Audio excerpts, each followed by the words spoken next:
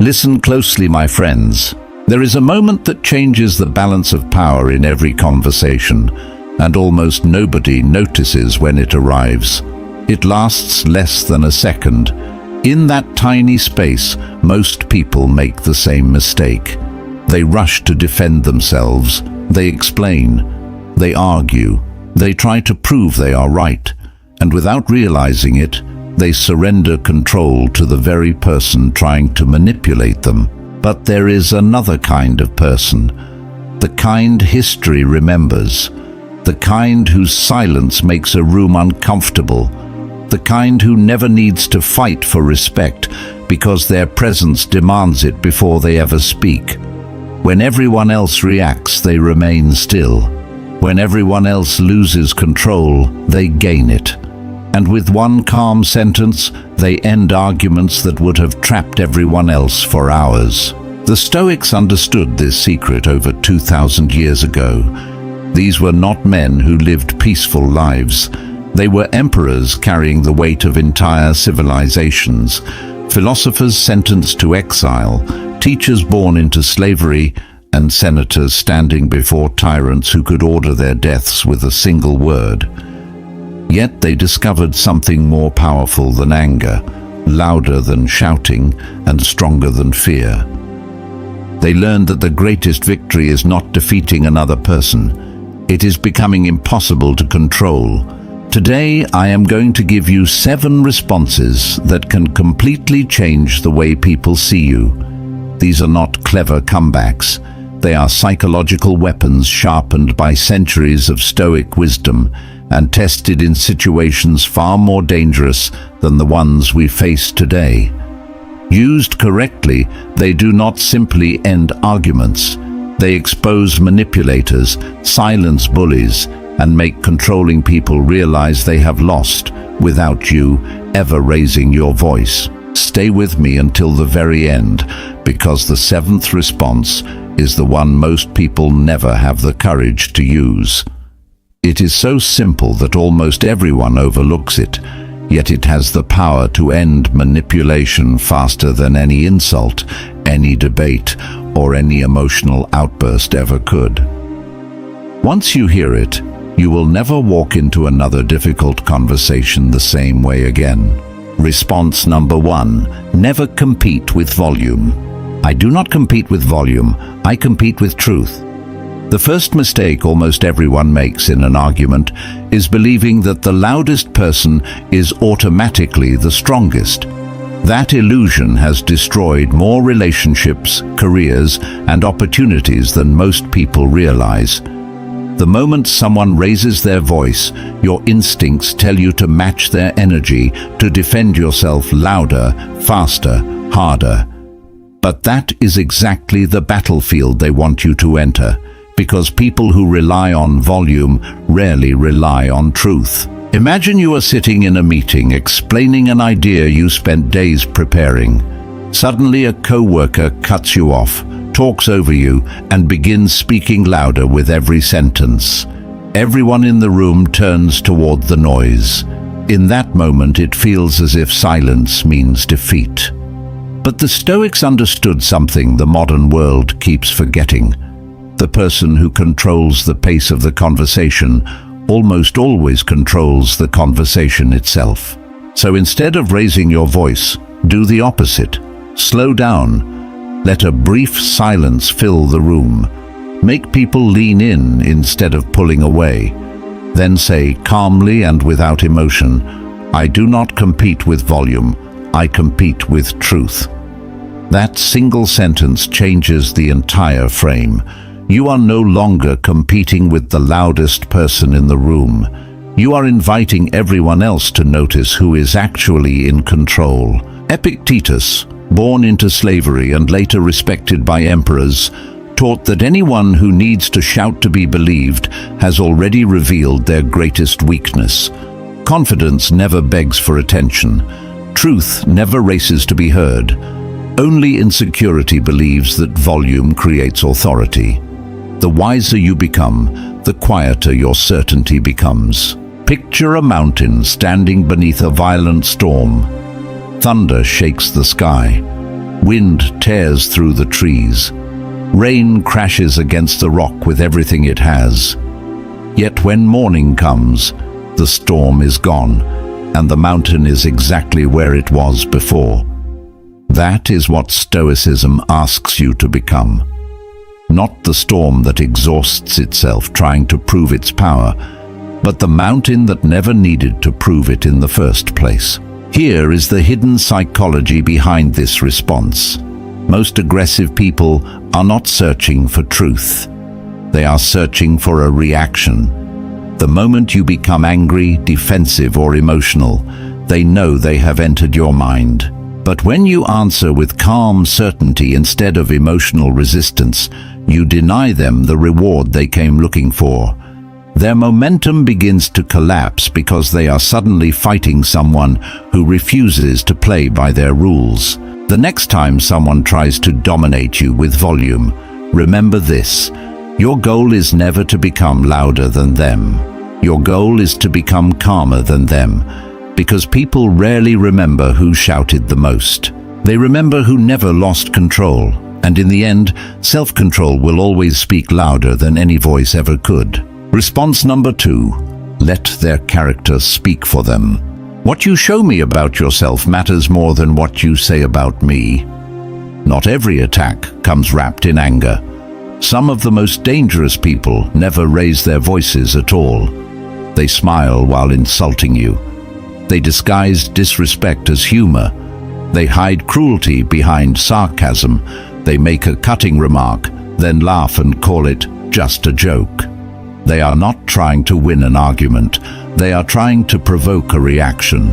Because the moment you become emotional, they stop talking about your words and start talking about your reaction. Imagine sitting in a meeting where a co-worker casually mocks your idea in front of everyone. Or picture a family dinner where a relative makes a passive-aggressive comment about your career, your appearance, or the life you have chosen. Everyone hears it. The room goes quiet. Every instinct inside you screams to defend yourself immediately, but that instinct is exactly what the other person is counting on. They are hoping you will react emotionally, because emotional people are far easier to control than composed ones. This is where you completely change the game. Instead of defending yourself, look at them with complete calm. Not anger, not sarcasm, not superiority, just quiet certainty. Then say slowly, "What you show me about yourself matters more than what you say about me." In that single sentence, something extraordinary happens. The spotlight quietly moves away from you and lands on them. Without insulting them once, you force everyone listening to examine their behavior instead of your character. Marcus Aurelius understood this lesson better than almost anyone in history. He ruled an empire stretching across 3 continents. He faced betrayal from trusted friends, criticism from powerful senators, endless wars, disease, and unimaginable pressure. Yet in his private journal, he reminded himself of one truth again and again. The best revenge against an insult is refusing to become the kind of person who delivered it. He knew that every insult reveals far more about the speaker than the target. A bitter person speaks with bitterness. A dishonest person speaks with dishonesty. A peaceful mind has no need to humiliate anyone. History gives us another extraordinary example. Pausanias Agrippinus, one of the lesser-known Stoics, was condemned to exile by a tyrant who feared his integrity. When the news arrived, his friends expected outrage, panic, or despair. Instead, Agrippinus calmly finished his meal and simply said he would continue his daily exercise somewhere else. Think about that for a moment. A man who could lose his home without losing his peace would never allow a careless insult to steal his dignity. If exile could not disturb him, why should another person's opinion disturb you? Think about the ocean during a storm. Throw a stone into a small pond and waves spread across the entire surface. Throw that same stone into the middle of the ocean and it disappears without leaving a trace. The stone never became smaller. The water simply became greater. Insults work exactly the same way. Small minds replay them for days. Strong minds absorb them without surrendering their peace. Your goal is not to stop people from throwing stones. Your goal is to become an ocean that no stone can disturb. There is powerful psychology behind this response. Manipulators survive by controlling the frame of the conversation. They want you defending yourself while they quietly remain unquestioned. The moment you calmly say, "What you show me about yourself matters more than what you say about me," you destroy that frame. Now everyone begins judging the behavior of the attacker instead of searching for flaws in the victim. Without realizing it, they become accountable to the very audience they hoped would support them. Remember this whenever someone insults you. Words can only define you if you accept them as your mirror. Otherwise, they become a reflection of the person speaking them. Never spend your energy proving your worth to someone whose own behavior has already revealed their character. Sometimes the strongest response is not defending your reputation. It is allowing another person's actions to quietly destroy theirs. And that leads us to the third response, because sometimes silence is not enough. Sometimes respect must become a condition for the conversation itself. Response number 3, respect is the price of my presence. I will speak with you again once respect returns to the room. There comes a moment in certain conversations when the real subject quietly disappears. It is no longer about the misunderstanding, the mistake, or the disagreement that brought both of you there. It becomes something far more dangerous. It becomes a struggle for dominance. The other person is no longer listening to understand you. They are speaking to overpower you. They interrupt every sentence, twist every word, raise their voice, mock your character instead of addressing your point. At that moment, most people make a fatal mistake. They stay in the fight, believing endurance is strength. But the Stoics believed something entirely different. A conversation without respect is no longer a conversation. It is a battlefield disguised as one. Picture a husband and wife arguing late at night. The disagreement began over something insignificant, a forgotten promise, a missed phone call, a simple misunderstanding. But 30 minutes later, neither of them even remembers what started it. Old wounds are dragged into the room. Voices become louder. Pride replaces understanding. The goal quietly changes from solving the problem to winning the battle. This is where most relationships suffer damage that takes years to repair. Not because of the original disagreement, but because two people kept speaking long after respect had already left the room. This is the moment where you become different. You do not shout louder. You do not throw one final insult before walking away. You do not slam the door, hoping your anger will teach them a lesson. Instead, you allow silence to settle over the room. You breathe once. You look directly into their eyes without hatred, without fear, without the desperate need to be understood. Then you say slowly and with complete certainty, I will speak with you again once respect returns to the room. After that, you leave. No dramatic exit, no final speech, no emotional performance, just quiet certainty. Because people who truly value themselves never negotiate inside an environment where dignity has already disappeared. One of the greatest examples of this principle was Helvidius Priscus, a Roman senator whose integrity terrified emperors. He refused to flatter tyrants, even when he knew it could cost him everything. One emperor threatened him with death if he continued speaking honestly before the Senate. Helvidius answered with remarkable calm, He said the emperor had the power to kill him, but he did not have the power to make him live like a coward. Eventually, Helvidius was executed. Yet history remembers his courage long after it forgot the threats of the emperor who ordered his death. That is the strange power of dignity. It often survives longer than power itself. The Stoics often compared the human mind to a fortress standing high above the valley. A fortress has walls for a reason, not because it hates the people outside, but because it understands that not everyone deserves immediate access. Imagine leaving the gates wide open for anyone carrying anger, manipulation, disrespect or cruelty. It would not remain a fortress for long. It would become ruins. Your peace works exactly the same way.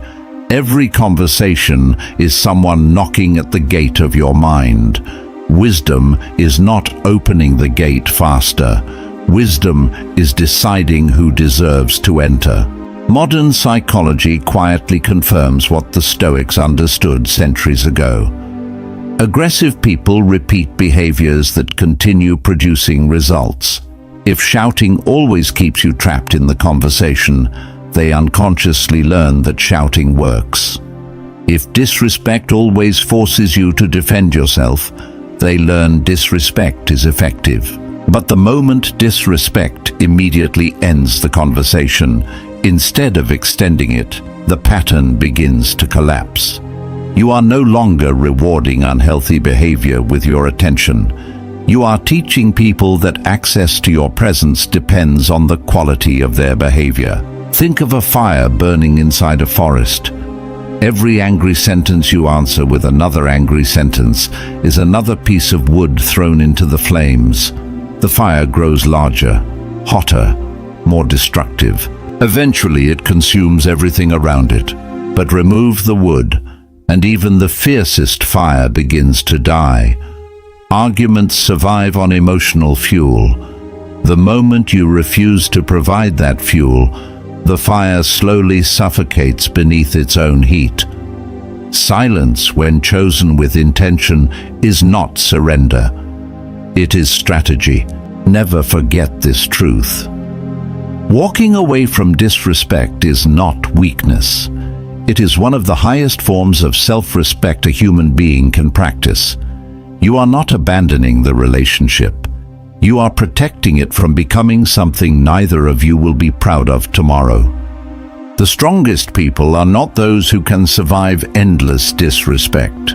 They are the ones who calmly decide that respect is the minimum price anyone must pay to have access to their time, their words, and their peace.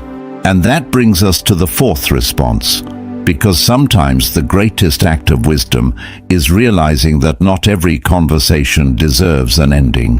Response number 4, walk away from dishonesty. I am not obligated to finish a conversation that has stopped being honest. One of the greatest lies society teaches us is that every conversation deserves an ending. It doesn't. Some conversations are never meant to reach understanding because understanding was never the goal. The other person has already decided you are guilty before you speak. They ignore facts that challenge their opinion. They twist your words the moment they leave your mouth. Every explanation becomes another opportunity to attack you. At that point, you are no longer having a conversation. You are participating in someone else's performance, and the longer you stay on that stage, the more you become a character in a story they have already written. Picture yourself sitting across from someone who keeps changing the rules every time you answer. You explain one point, and they immediately move to another. You prove one accusation false, and suddenly 3 new accusations appear. Nothing is ever resolved because resolution was never what they wanted. Their objective is simple: keep you emotionally exhausted until you eventually surrender, apologize, or begin doubting your own memory. This is how manipulation survives, not because it is intelligent, but because it keeps honest people trapped in conversations that dishonest people never intended to have honestly. The Stoics refused to play this game. They understood that truth does not fear examination, but deception fears clarity more than anything else. The moment you realize someone is no longer searching for truth, your responsibility changes. It is no longer your job to convince them. It is your job to protect your peace. That is why, with complete calm and absolute confidence, you simply say, "I am not obligated to finish a conversation that has stopped being honest." Then you leave the argument behind, not because you lost, but because wisdom knows when continuing becomes self-destruction. Seneca spent years serving under Emperor Nero, one of history's most unpredictable rulers. He witnessed how power could corrupt judgment, how pride could blind intelligent people, and how some men preferred comfortable lies over uncomfortable truth. Seneca eventually realized something that changed his philosophy forever. You cannot reason a person out of a position they never reasoned themselves into. If someone's beliefs are built on ego instead of evidence, your logic will never reach them. Every new argument simply gives their ego another target to defend. Sometimes the wisest sentence is the one you never say. Imagine trying to play chess with someone who changes the rules every time they begin losing. The moment you corner their king, they decide bishops can suddenly move like queens. When that no longer works, they remove your strongest piece from the board because they simply don't like it. Would you continue playing? Of course not. You would stand up, smile politely, and recognize that you were never playing chess in the first place. You were entertaining someone who had no interest in fairness. Arguments with dishonest people work exactly the same way. They do not defeat you with better reasoning. They exhaust you with endless rule changes. Modern psychology calls this moving the goalposts. The Stoics understood the pattern centuries before psychology gave it a name. Manipulators survive by keeping you busy, proving yourself over and over again. They know that an exhausted mind eventually accepts blame simply to make the conflict end. But the moment you refuse to continue the cycle, the manipulation loses its oxygen. There is nothing left for it to feed on. Your silence becomes stronger than every explanation you never gave. Think of quicksand. The harder someone struggles to escape by fighting wildly, the deeper they sink. Survival comes from doing the opposite of instinct. You stop struggling. You become still. You move deliberately toward solid ground instead of fighting the sand itself. Dishonest conversations are emotional quicksand. Every desperate explanation pulls you deeper. Every attempt to prove your innocence traps you further inside someone else's narrative. Freedom begins the moment you stop trying to win a game designed for you to lose. Always remember this truth. Your peace is too valuable to spend proving obvious facts to people committed to misunderstanding them. You were never born to become a full-time defense lawyer for your own character. People determined to misunderstand you will always find another accusation. People committed to understanding you will never need endless explanations. Learn to recognize the difference. It will save you years of unnecessary conflict. And now we arrive at the fifth response, perhaps the most dangerous one of all, because this is the response that quietly dismantles guilt, the favorite weapon of people who cannot control you any other way. Response number 5. Guilt is not love. I hear your feelings, but I will not betray myself to comfort them. There is one form of manipulation that almost never sounds aggressive. It doesn't arrive through shouting, insults, or threats. It arrives through disappointment, through silence, through a heavy sigh on the other end of the phone, through words like, "After everything I've done for you," or "I guess I just expected more from you." On the surface, it looks like love, but beneath it, there is often something far more dangerous. Control disguised as affection, and because it wears the face of someone you care about, it becomes the hardest manipulation to recognize. Think about how many people spend their entire lives making decisions they never truly wanted to make. They choose careers to satisfy their parents, stay in relationships because they fear disappointing someone, say yes when every part of them wants to say no. They sacrifice their peace, not because they are weak, but because they confuse guilt with responsibility. Little by little, they stop living their own life and begin living inside someone else's expectations. The tragedy is that they often don't realize it until years have passed. This is where Stoicism asks you to make one of the hardest choices of your life. Not between kindness and cruelty, but between approval and integrity. So when someone tries to use guilt as a leash, you respond with calm compassion, never anger. You simply say, "I hear your feelings, but I will not betray myself to comfort them." Notice what this response does. It acknowledges their emotions without surrendering your values. It offers empathy without offering control. That is the difference between compassion and compliance. Musonius Rufus, one of the greatest Stoic teachers in Rome, believed that the purpose of philosophy was not to impress people with knowledge, but to teach them how to live honorably. He warned that a person who abandons what is right simply to avoid criticism slowly becomes a stranger to themselves. Every compromise made against your own conscience leaves a mark. At first, the mark is almost invisible, then another follows, and another, until one day you wake up living a life built almost entirely from other people's expectations. The chains were never placed around your wrists, they were placed around your decisions. Imagine an ancient tree growing on the edge of a cliff. Every day the wind pushes against it from a different direction. Some storms are gentle, others are violent enough to snap weaker trees in half. But the tree survives because its roots grow downward instead of outward. It does not chase the wind's approval. It holds tighter to the ground beneath it. Human character works exactly the same way. If your decisions are rooted in other people's emotions, every criticism will shake you. But when your values become your roots, even the strongest storm cannot move you. There is another truth that few people have the courage to admit.